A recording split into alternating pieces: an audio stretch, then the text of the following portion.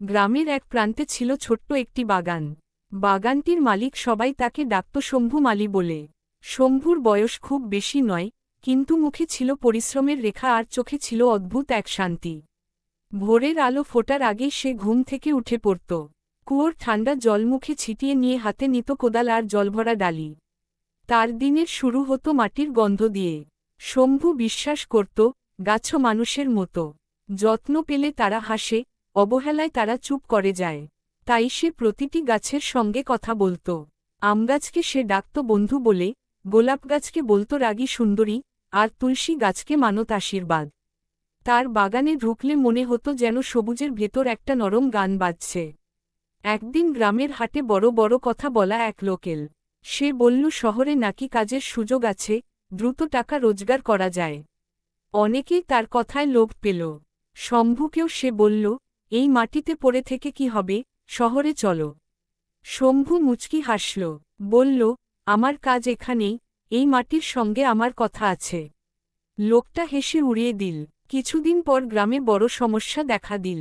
খরার মতো অবস্থা, পুকুর শুকোতে লাগল, ফসল নষ্ট হতে শুরু করল।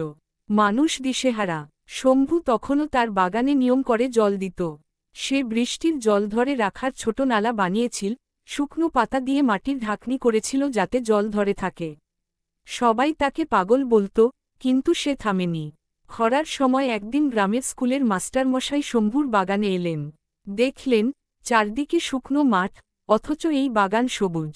তিনি অবাক হয়ে জিজ্ঞেস করলেন, কিভাবে সম্ভব হল? শম্ভু বলল, মাটিকে বুঝতে শিখলে সে ফিরিয়ে দেয়। শুধু নিতে গেলে কিছু থাকে না। খবরটা ছড়িয়ে পড়ল। গ্রামের লোকজন আসতে লাগল শম্ভুর কাছে। সে কাউকে ফিরিয়ে দিল না। কিভাবে জল ধরে রাখতে হয়, কিভাবে গাছের গোড়ায় জৈব সার দিতে হয়, সব শিখিয়ে দিল। সে বলত, একা বাঁচলে সুখ নেই, সবাই মিলে বাঁচলেই গ্রাম বাঁচে। কিছুদিন পর বর্ষা নামল। শুকনো মাটিতে নতুন প্রাণ এল। শম্ভুর শেখানো পদ্ধতিতে অনেকের জমি আবার সবুজ হল। সেই বড় বড় কথা বলা লোকটা আবার গ্রামে ফিরল। এবার সে চুপচাপ দাঁড়িয়ে শম্ভুর বাগান দেখল। শম্ভু তাকে জল খেতে দিল, ছায়ায় বসাল। কোনো অহংকার দেখাল না। বছরের শেষে গ্রামের মেলায় শম্ভুকে সম্মান দেওয়া হল। সবাই বলল, সে শুধু মালী নয়, সে গ্রামের রক্ষক। শম্ভু মাথা নিচু করে বলল, আমি কিছুই নই, আমি শুধু মাটির কথা শুনেছি। তার কথায় গর্ব নয়, ছিল কৃতজ্ঞতা। সন্ধ্যায় বাগানে বাতাস বইলে গাছের পাতা নড়ে উঠত। মনে হতো তারা শম্ভুকে ধন্যবাদ দিচ্ছে। শম্ভু তখন চুপচাপ বসে থাকত। তার মুখে এক টুকরো হাসি, হাতে মাটির ছোঁয়া। সে জানত, পরিশ্রম কখনো নীরব থাকে না, সময় এলেই তা ফুল হয়ে ফুটে ওঠে।